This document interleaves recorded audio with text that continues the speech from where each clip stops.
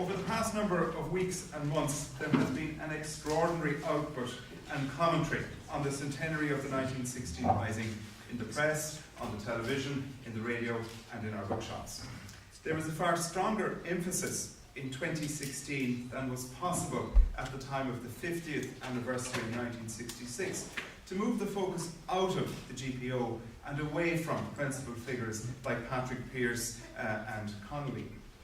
In 2016, there has been a sustained effort to reveal, to reconstruct, and to reinterpret neglected aspects of the Rising. So things like the role of women, and in particular, what was going on in the localities.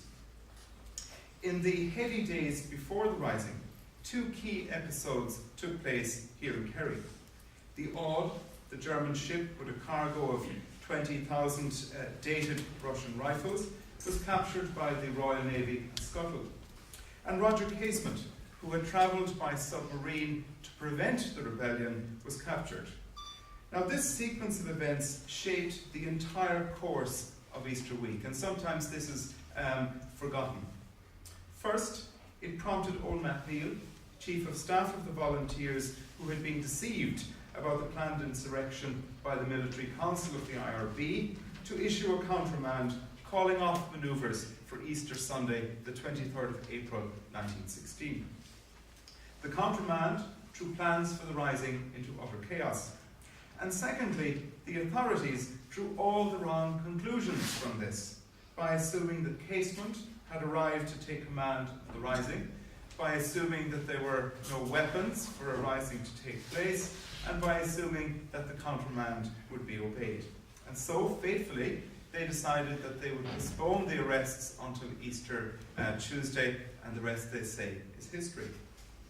Now, I'm particularly struck in recent weeks by the interest shown by Irish school children at primary level and secondary level in this aspect of our history, and this is certainly very welcome.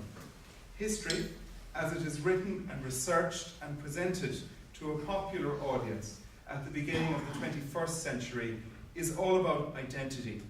It is about who we are and where we have come from.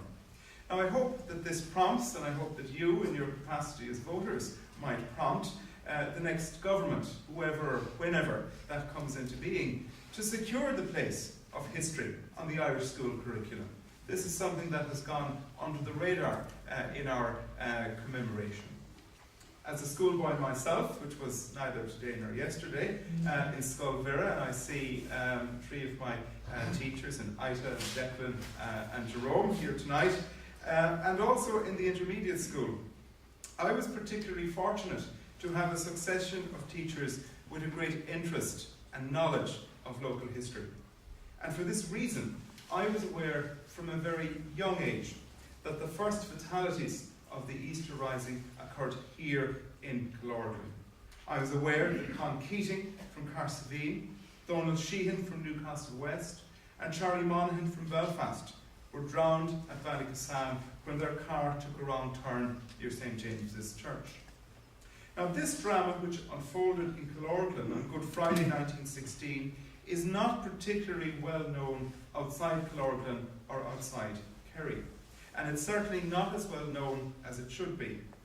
Thanks to the efforts and the historical skills of Tom Doyle, Ballykissane has at last and finally received a specialised historical treatment, and we must applaud Tom for this.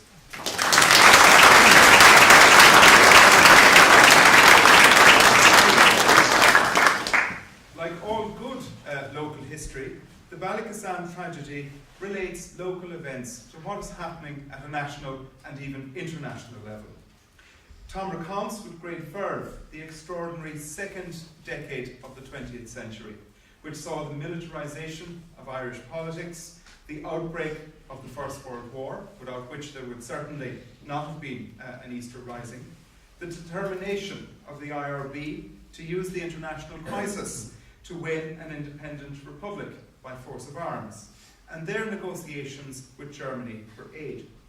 Drawing on a range of primary sources, particularly statements to the Bureau of Military History by some of those who were centrally involved, Tom has reconstructed the efforts to contact the odd, which, unknown to the volunteers in Ireland, did not possess a radio. Now, the history of the Easter Rising is peppered with interesting vignettes, and none more so, I would say, than the history of the odd itself. It was originally a British freighter constructed in Hull.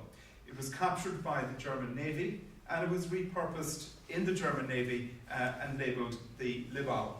It was then, when it was sent on its mission to Kerry, masquerading as a Norwegian vessel called the Odd. Now, Tom teases out and explains the complex chain of events in Germany, and he also untangles the confusion surrounding the expected arrival date of the Odd in Kerry. Particularly impressive is the wealth of biographical detail uncovered about the individuals involved in the mission to Kerry.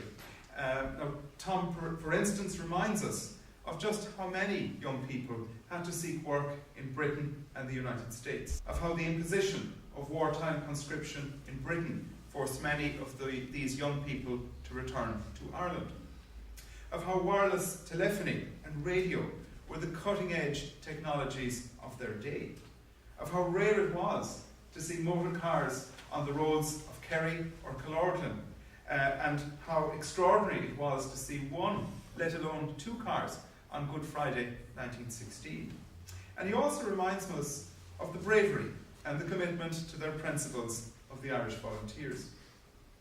The tragic events of Ballykissane, the fate of Tom McInerney, the driver who survived and swam ashore, the recovery of the bodies, one of which was not recovered until October 1916, and the coroner's inquest are all vividly narrated by Tom.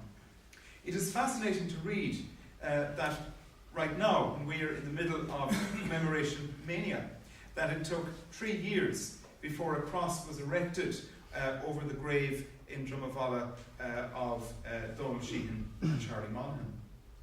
Tom's closing chapter is perhaps the most arresting. It relates how the political animosities and divisions of the Irish Civil War overshadowed efforts to erect an obelisk to commemorate those who had lost their lives at Ballykissane. It was originally hoped to erect a monument in 1936, 20 years after the event. In the event, the project was delayed and the monument was unveiled in Easter 1939. In 2016, on the centenary, thanks to the sterling efforts of the Killorglin Centenary Committee, there has been no such delay. And Killorglin's significant contribution, and it was significant, to the 1916 Rising is being imaginatively and appropriately commemorated. Tonight, in music and in print, tomorrow, in stone and in more music, and on Saturday, in spoken word at a public history symposium. The Ballykissane Tragedy is an engaging and important contribution, not just to the local history of Killorglin, but to the wider historiography of the Easter Rising. And I'm very proud to declare Tom's book launched.